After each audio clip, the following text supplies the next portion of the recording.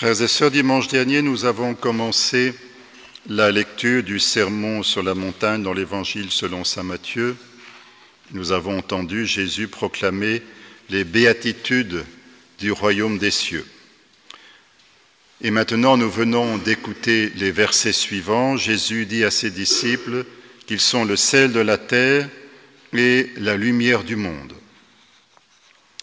Dans le monde antique, Pline l'Ancien avait déclaré que parmi les réalités corporelles, il n'y a rien de plus utile que le sel et le soleil.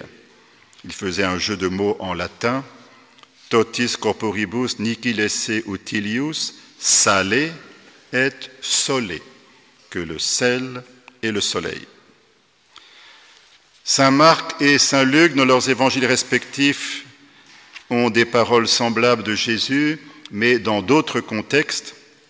Et en outre, Saint Matthieu est le seul à nous transmettre ces deux paroles de Jésus ensemble et directement adressées aux disciples. Vous êtes le sel de la terre. L'image du sel est naturellement métaphorique et pour mieux la comprendre, nous pouvons nous référer à l'emploi du sel dans la vie ordinaire. Un premier usage du sel, c'est de donner du goût. Le sel ne nourrit pas beaucoup en lui-même, à la différence du pain, mais sa présence nous semble tellement nécessaire qu'il y a toujours des salières sur nos tables.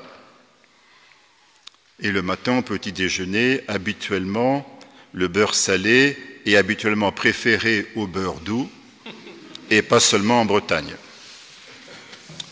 Même les moines chartreux, qui jeûnent souvent au pain et à l'eau pendant ce qu'on appelle le carême monastique, qui va du 14 septembre jusqu'à la fête de Pâques, ils ont toujours du sel pour assaisonner leur repas frugal. Comme le dit Job dans l'Écriture, « Un mets fade se mange-t-il sans sel ? Je me refuse à y toucher, ce n'est que nourriture écœurante. »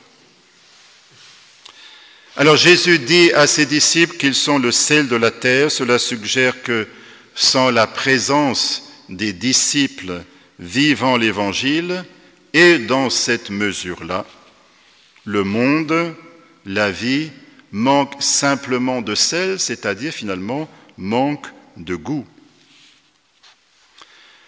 Dans l'Antiquité, il y avait un deuxième usage du sel qui était de conserver les aliments dans la durée, usage qui a perduré jusqu'à l'invention des réfrigérateurs.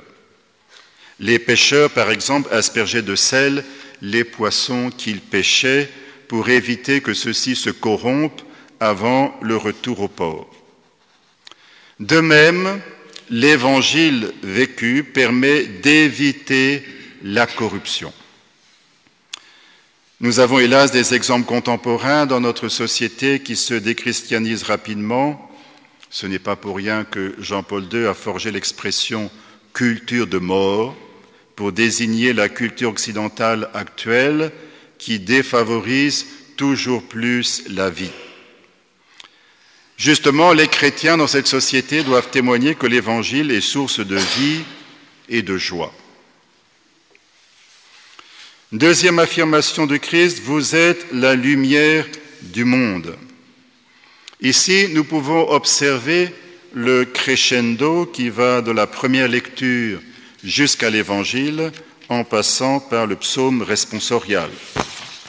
Dans la première lecture, Isaïe exhorte les Hébreux à pratiquer les œuvres de miséricorde. Ainsi parle le Seigneur, partage ton pain avec celui qui a faim, accueille chez toi les pauvres sans abri, couvre celui que tu verras sans vêtements, ne te dérobe pas à ton semblable. Puis, il indique quel en sera l'effet. Alors ta lumière jaillira comme l'aurore et tes forces reviendront vite. Devant toi marchera ta justice et la gloire du Seigneur fermera la marche. Si tu appelles, le Seigneur répondra. Si tu cries, il dira « Me voici ». Si tu fais disparaître de chez toi le joug, le geste accusateur, la parole malfaisante, si tu donnes du pain à celui qui a faim, si tu combles les désirs du malheureux, ta lumière se lèvera dans les ténèbres et ton obscurité sera lumière de midi. Ainsi, les œuvres de miséricorde portent un fruit de lumière chez celui qui les accomplit. Et si cet homme a péché, elles contribuent à lui rendre la justice, c'est-à-dire la sainteté de Dieu. D'autres passages de l'Ancien Testament, notamment dans le Siracide, disent également que les œuvres de miséricorde peuvent causer le pardon des péchés. C'est là un point important à rappeler aux personnes qui, pour des raisons qui peuvent être très diverses, ne peuvent pas recourir au sacrement de pénitence. Il est toujours possible de faire des œuvres de miséricorde. Après la lecture d'Isaïe, le psaume responsorial 111 proclame « Lumière des cœurs droits, le juste s'est levé dans les ténèbres, homme de justice, de tendresse et de pitié.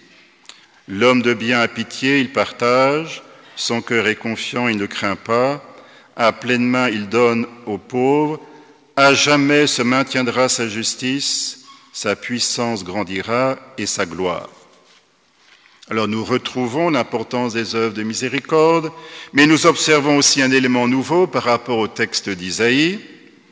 Dans ce dernier, les œuvres de miséricorde produisent la lumière chez celui qui les pratique, mais dans le psaume 111, il est dit que le juste est lumière des cœurs droits, donc il éclaire les autres, pourvu que ceci est le cœur droit. Ainsi, la lumière du juste ne bénéficie pas seulement à lui-même, mais aussi à d'autres justes, sans doute pour leur édification. Et nous pouvons remarquer un nouveau pas en avant dans l'Évangile. Les disciples sont la lumière du monde. Jésus ne dit pas qu'ils sont lumière pour eux seuls, il ne dit pas non plus qu'ils sont lumière pour les seuls justes, mais pour le monde entier, y compris donc pour les pécheurs. Certes, les disciples ne sont lumière du monde que de lumière dérivée, puisque la lumière du monde, c'est bien sûr le Christ lui-même, comme il le dit dans l'évangile de Jean, « Moi, je suis la lumière du monde, celui qui me suit ne marchera pas dans les ténèbres, mais il aura la lumière de la vie. » À cet égard, l'Apocalypse utilise une belle image dans la vision inaugurale au chapitre 1er, dans laquelle Jean voit le Christ ressuscité. Les 7 églises d'Asie, qui sont les destinataires historiques de l'Apocalypse, sont comparées à 7 candélabres d'or. Le candélabre n'est pas lumière en lui-même, mais il porte des lampes qui, elles, sont source de lumière. Ainsi en va-t-il des communautés chrétiennes, ainsi en va-t-il pour chacun de nous. Nous sommes des candélabres d'or, nous avons la mission de porter la lumière du Christ dans le monde. Nous ne sommes pas chrétiens pour nous seulement, mais aussi pour le monde qui ne connaît pas ou ne connaît plus le Christ. Mais encore faut-il que nos lampes soient allumées et qu'elles brillent. Il ne servirait à rien d'être des candélabres, fussent-ils en or, si nos lampes ne brillaient pas. Et justement, dans la lettre à l'église d'Éphèse, l'Apocalypse contient une menace qui s'explique dans cette perspective. Le Christ déclare à la communauté d'Éphèse « Rappelle-toi d'où tu es tombé, convertis-toi, reviens à tes premières œuvres, sinon je vais venir à toi et j'enlèverai ton candélabre de sa place, si tu ne te convertis pas. » Le candélabre d'Éphèse devait briller dans Babylone, la grande cité mentionnée au chapitre 11 de l'Apocalypse, là où l'Église, sous la figure des 2 témoins, doit rendre témoignage au Christ. Si le candélabre d'Éphèse s'éteint, il ne servira plus à rien et il sera enlevé. Vous êtes la lumière du monde. le Christ indique ensuite quelle est la nature de cette lumière. Que votre lumière brille devant les hommes, alors voyant vos bonnes œuvres, ils rendront gloire à votre Père qui est dans les cieux. Les bonnes œuvres que les chrétiens produisent, par la grâce du Christ, brillent devant les hommes. Elles rendent témoignage au Christ et à l'Évangile. Nous retrouvons ici encore le thème des bonnes œuvres que nous avons rencontré dans la première lecture, dans le psaume responsorial. C'est du reste un thème très cher à saint Matthieu.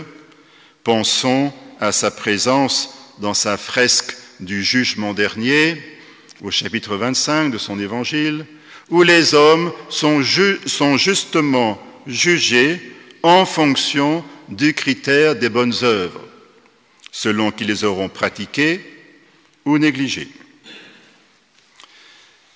Il y a beaucoup d'exemples proches de nous dans le temps qui nous montrent l'impact extraordinaire que peuvent avoir des bonnes œuvres, des œuvres de miséricorde chez ceux qui en sont témoins, y compris des non-croyants. Pensons à Sainte Teresa de Calcutta, l'abbé Pierre, sœur Emmanuel, pour ne mentionner que quelques-uns. Il y en a bien plus. Alors, ce témoignage de porter la lumière du Christ par de bonnes œuvres, chacun de nous est appelé à le rendre à sa manière, selon son état de vie. Même dans les situations où une annonce explicite de l'Évangile par la parole n'est pas possible, comme dans le cas des chrétiens vivant dans des pays où la prédication de l'Évangile est interdite.